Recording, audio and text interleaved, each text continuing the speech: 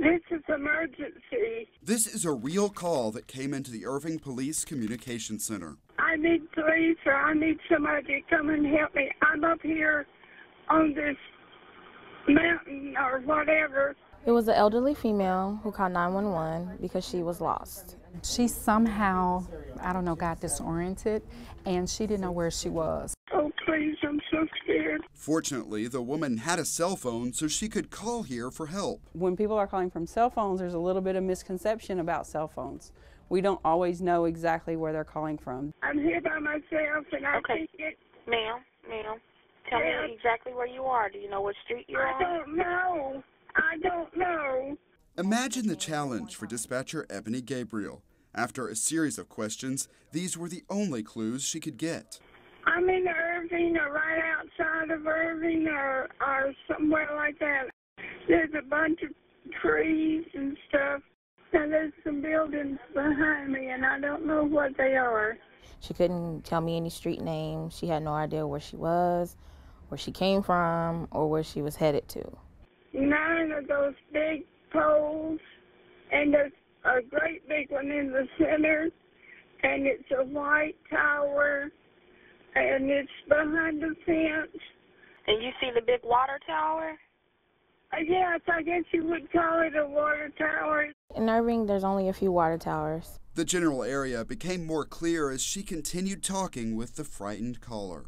I am so scared. I just don't have my faculties right now.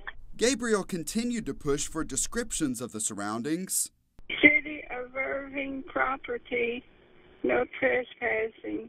And combined that with the information coming up on her computer. A little tower will pop up over here.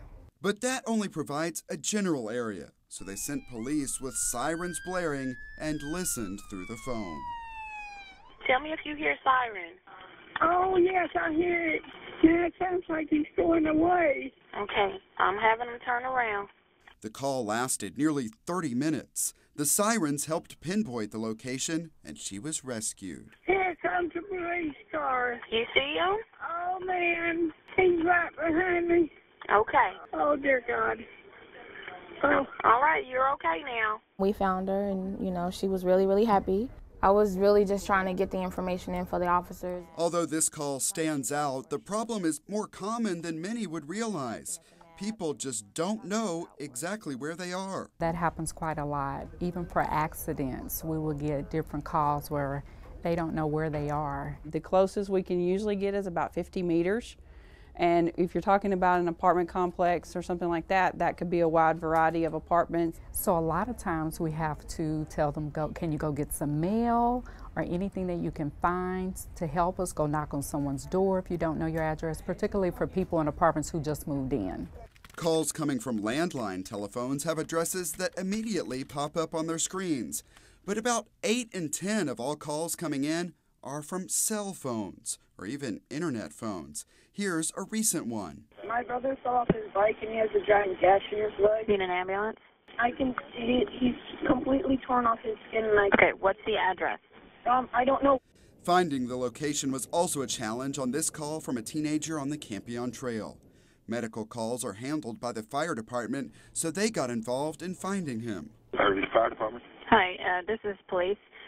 We need you for a medical emergency. It's going to be in the Campions, and it looks like they don't know exactly where they are. This was further complicated by bystanders who were moving the victim in an effort to get help. Are you on the street there? No, guy on the Campion Trail just took my brother up to this onto the street. I'm still on the Campion Trail. Which street did he take him to? Wait, wow, what street are you guys on? Valencia and Camino Road. That's where they Camino Lago and Valencia. Hey, bud. Tell them to stop with him right there at that intersection. Yeah. Okay, that's the only way. That's the only way we're going to be able to find you and get to you if you stay somewhere. Okay. The boy who called in did great. He did really good. He was patient, stayed on the line. He remained calm. But not every caller does. We ask a lot of questions. Okay, and the child, do you know about how old it appears to be? Oh, okay. Do you have her phone number or know her phone number?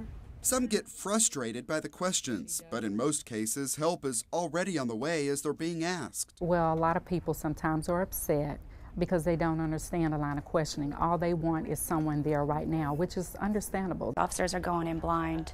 They need to know if there's weapons, what they're wearing, what they look like. How many calls do you get in a year? Approximately 550,000. That is a lot of calls, keeping people here busy. And some of the calls are anything but emergencies.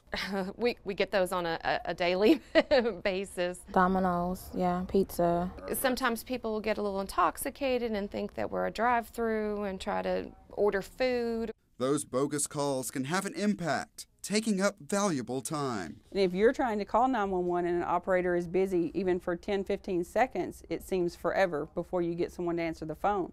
Here's another time waster. Any phone that still has a battery power can call 911. So if people who have old phones, they give them to their kids to play with, the kids don't even have to dial 911. If they just hold a button down for an extended length of time on that phone, it will dial 911. Your son, I can figure out on your phone, called 911. And it's calling now. Irving 911. Again. If your child or even you accidentally calls 911, do not hang up, because dispatchers need to follow up. It happens often. 18% of our phone calls can be from non-initiated cell phones. There is a lot to learn about what happens here in the Police Communications Center, but dispatchers say the most important thing to know is this. Where are you? It will help them get help to you faster. It is challenging work. You're doing a lot at once. That many here find rewarding. The best thing about their day is they get to go home knowing that they saved a life. They saved a life today, they'll save one tomorrow, and they'll save one next week.